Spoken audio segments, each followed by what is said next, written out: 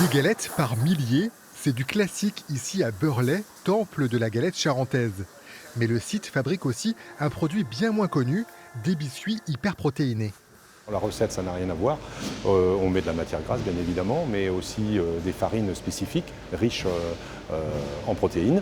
Et donc, il faut que vraiment le produit soit très enrichi. Sur la chaîne de fabrication, c'est comme pour la galette, avec plusieurs passages dans le laminoir. Les petites galettes étant découpées, elles avancent et là, elles vont partir sur la partie dosage. Et là, c'est de la framboise. Avec cette recette hyper protéinée, le temps de cuisson est plus long, les contrôles qualité aussi, puisque les produits sont des compléments alimentaires pour des personnes ayant des carences. Cela fait 20 ans que Beurlay développe cette gamme, devenue poids lourd du chiffre d'affaires. Ce produit représente aujourd'hui 50% de notre activité. Donc c'est énorme. On est toujours sur des courbes qui sont ascendantes parce que la population vieillit de plus en plus et les besoins évoluent forcément avec. 6 millions de galettes sont ainsi distribuées dans les pharmacies, hôpitaux et dans les maisons de retraite. Nous voici à Lagore avec Marie-Rose et Jean-Claude, tous deux octogénaires. Je mange pas beaucoup, moi.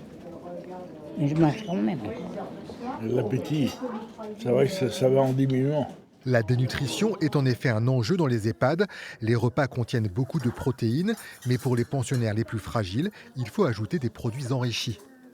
Ce sont des stratégies qui nous permettent de conserver de la masse musculaire et la masse musculaire permet de conserver l'autonomie pour se déplacer, même si c'est parfois dans des déplacements limités, du fauteuil au lit. Et quand ça marche bien, c'est faire de la marche dans l'établissement ou à l'extérieur. C'est la garantie de vieillir en bonne santé. Le vieillissement de la population qui s'accélère en France, les 75-84 ans seront bientôt plus de 6 millions en 2030, une perspective alléchante pour les fabricants de produits spécialisés.